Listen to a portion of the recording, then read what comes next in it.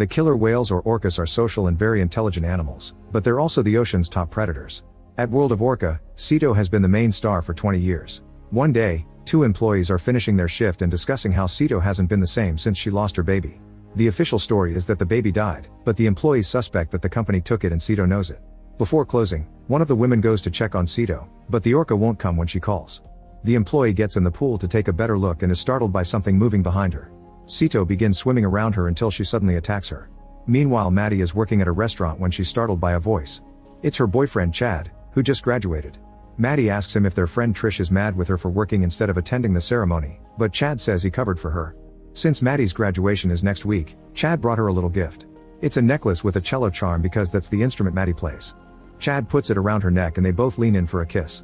Suddenly a robber enters the restaurant and points his gun at them. He makes the couple drop their phones and pushes Chad away before asking Maddie to open the register. After she gives him all the money, the robber asks for her necklace too.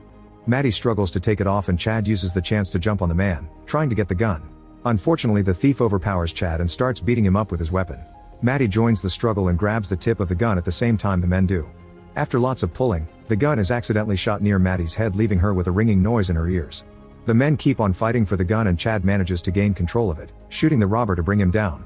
The guy grabs the money and immediately runs away, escaping in his truck. Chad rushes outside and finds the necklace on the ground, so he gives it back to Maddie. At that moment the robber returns to hit Chad with his truck, instantly killing him. A year later, Maddie is still a waitress and has to wear a hearing aid because her ears were permanently damaged. Her friend Trish comes to see and scolds her for never answering her phone, revealing they haven't seen each other since the incident. They've always talked about going on a trip together, so Trish has already organized and paid for everything to go now. They start packing and Maddie gets sad when she finds pictures of Chad, which makes her go down memory lane. Trish tries to comfort her, but at that moment she notices that the cello is covered in dust and has a broken pin. Maddie admits she hasn't played in a while but refuses to elaborate. A few hours later, the duo arrives in Thailand. They relax in the pool with some drinks and take pictures with Trish's new waterproof phone for her social media. Then they go to the beach, where Trish flirts with a guy named Josh who works at the tourist information booth. There's a woman selling souvenirs and the duo buys some cute wooden whales. Trish knows that Chad and Maddie always talked about the famous Cito, so she reveals she has tickets for the Orca show. However, Maddie is offended and walks away. Trish follows and asks what the issue is. Maddie explains that she doesn't like seeing animals in captivity and refuses to support World of Orca. She and Chad always talked about Cito because her baby died in a tank of pneumonia, but they never trusted the official story. Their dream has always been to watch orcas but in the wild. Trish apologizes for the misunderstanding and they agree to do other activities. The girls go to the information booth and Josh gives them a few ideas. Maddie notices the World of Orca brochures and Josh tells her that he hates that place because the animals should be free. He thinks the orca baby was taken away and that's how Cito got a scar across her face. After tearing the brochure apart, Josh invites them to a party. In the evening, the girls have lots of fun at the party, dancing for hours and drinking until they are drunk. Josh surprises them by showing a broken plank on the World of Orca fence, which means they could sneak inside. Maddie hesitates but Trish points out they're not giving the evil company any money. The trio sneaks into the park and carefully avoids the guard until they find the entrance to the pool. Maddie goes in alone while Trish and Josh stay behind to make out. Soon Maddie reaches the side of the pool and hears a strange noise in her hearing aid. When it finally stops, Cito appears in front of her. Maddie puts her hand up and apologizes for what humans did to her. At the same time, the janitor is picking up garbage on the surface. When Cito hears a splash, she immediately swims away. Maddie thinks her friends made the noise and checks on them, but they're still getting busy by the entrance. Then Maddie looks at the pool again and is shocked to discover the janitor's dead body, so she screams and runs away. The security guard also sees the body in the water and starts searching the area until he finds the three friends. The trio immediately starts running and the guard chases after them. Maddie's bag gets stuck on the fence, but she pulls until she frees it and the group manages to escape. The guard then calls his boss to inform him that there's been another death in Cito's tank, so the boss tells him to get rid of her. The next morning, Maddie wakes up on the beach and Josh and Trish have a surprise for her. They go on a jet ski ride and enjoy sailing through the sea at high speed. Eventually they reach a deserted island and Maddie is impressed by the fantastic view. She wonders why people don't come here, so Josh explains that something happened many years ago and now the locals think the place is cursed. He notices that Trish spends too much time on her phone, so Maddie has to explain to him what an influencer is. Josh takes Trish's phone and puts it away in the jet ski, telling her to enjoy the island instead of the screen. Maddie has also brought her phone, so Trish hides it from Josh. Afterward, Maddie relaxes on a floaty while the couple rides the jet ski. As Trish tries to take pictures with Maddie's phone, she keeps holding on to Josh's head and covering his eyes. The jet ski suddenly bumps into something, causing them to fall into the water. While Maddie's phone floats away, Trish swims to get on the floaty too. Confused by what happened, Josh swims back to the jet ski to check if it broke down. Suddenly an orca tail hits the vehicle, causing it to sink and Josh to fall again. The girls desperately tell him to get on the floaty, but the orca brings him underwater. Josh struggles for a while before he manages to surface and starts swimming toward the floaty. He grabs Trish's hand, only for the orca to bring him down again. Maddie and Trish are horrified to see blood in the water, realizing that Josh is dead.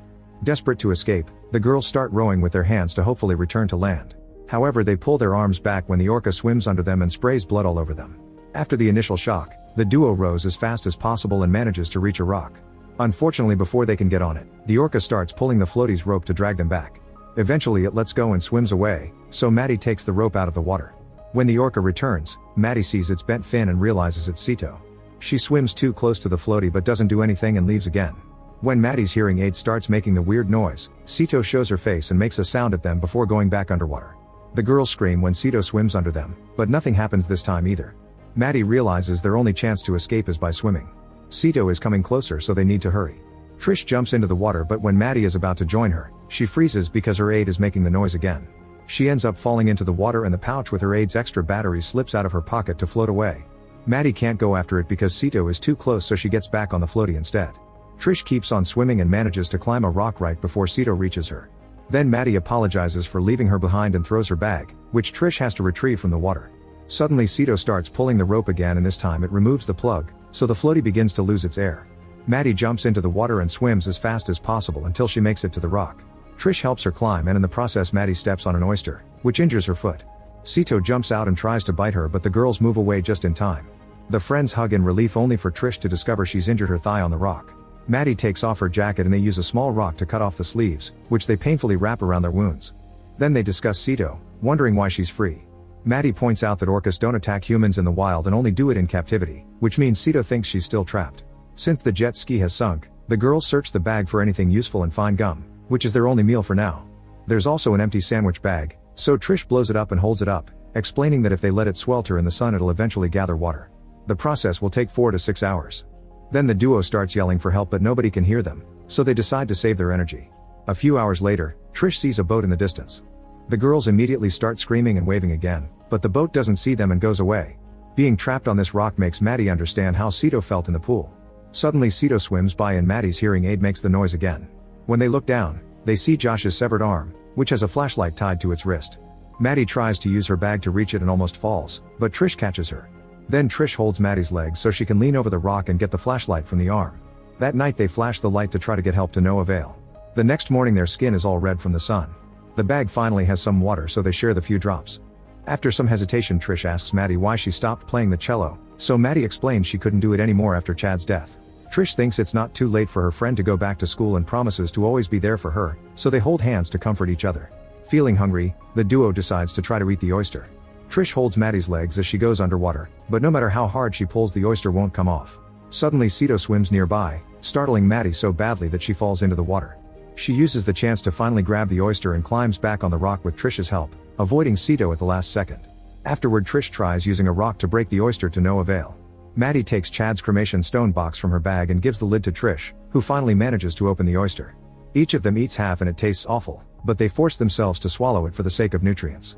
Maddie stares at Chad's cremation stone and decides it's time to finally let go. She shares some final words of love and kisses the stone before throwing it into the water. Trish apologizes for getting them stuck in this situation and swears she was only trying to help. Maddie assures her that it's not her fault, but Trish says she isn't a good friend and reveals the truth.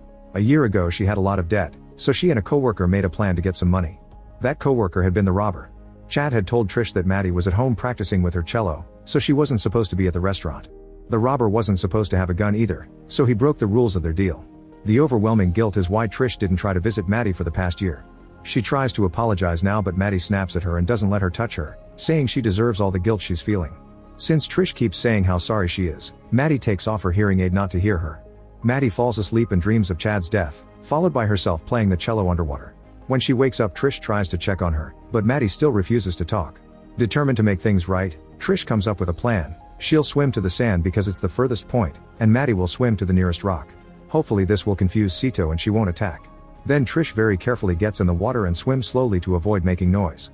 However, Maddie doesn't follow her because she didn't hear the plan without the aid on. When she finally realizes her friend is in the water, she puts the aid back on and starts yelling to tell her to come back, but Trish refuses. The noise attracts Sito, so Trish starts swimming as fast as possible. Sito chases after Trish and Maddie is desperate to help, so she jumps into the water too. Her splash causes Sito to go after her instead, but Maddie quickly makes her way to the other rock. She climbs on top of it right before Sito tries to bite her. The distraction works because Trish makes it to the sand safely. At that moment a plane flies above them and the girls start yelling. Trish also writes SOS on the sand but the plane doesn't see them and flies away. A frustrated Trish keeps yelling as she steps back, not noticing she's too close to the water. Sito quickly jumps out and bites her legs to bring her into the sea. Maddie thinks she's lost her friend, but soon Trish crawls back on the shore with a missing leg. Her blood fills the letters as she dies on the sand and Maddie has a breakdown. That night Maddie turns on the flashlight again, but sadly its battery runs out. Soon Maddie's hearing aid also stops working, and the silence combined with the darkness makes everything extra creepy. Suddenly it starts raining, and Maddie laughs as she opens her mouth to drink. Suddenly Sito peeks out of the water and Maddie stares at her scar, realizing that at least the orca tried to fight to be free. Inspired by this, Maddie gets in the water and swims as fast as she can until she reaches another rock on a large formation. Now she can jump from rock to rock until she gets to the sand to find Trish's body. Maddie closes her friend's eyes and buries her body. Afterward Maddie remembers that Trish's phone is waterproof and it's inside the jet ski. She walks on the rocks until she finds the spot where the jet ski sank and gets in the water. She swims as fast as possible to reach the vehicle and gets Trish's bag before resurfacing. In the bag she finds her cello pin and the phone, but when she tries to make a call the phone runs out of battery. Suddenly she's startled by something behind her, but it's a life jacket that slipped out of the jet ski. At that moment Sito returns, so Maddie dives in again and searches the bottom of the sea for anything useful, but there's nothing. When Sito comes for her, she hides behind the jet ski and avoids being seen. Once Sito is gone, Maddie finds her cello pin, however she can't move because her necklace has gotten stuck on a rock. After some struggle the chain breaks and Maddie grabs the pin, so when Sito comes close enough, she stabs her. The orca wails in pain and swims away. Now Maddie can safely swim to the surface and hold on to the life jacket to stay afloat all night. Early in the morning, a helicopter finally arrives to rescue her. Sometime later, Maddie is playing the cello again at a concert. Make sure to subscribe and turn on notifications so you can watch more videos like this. Thanks for watching.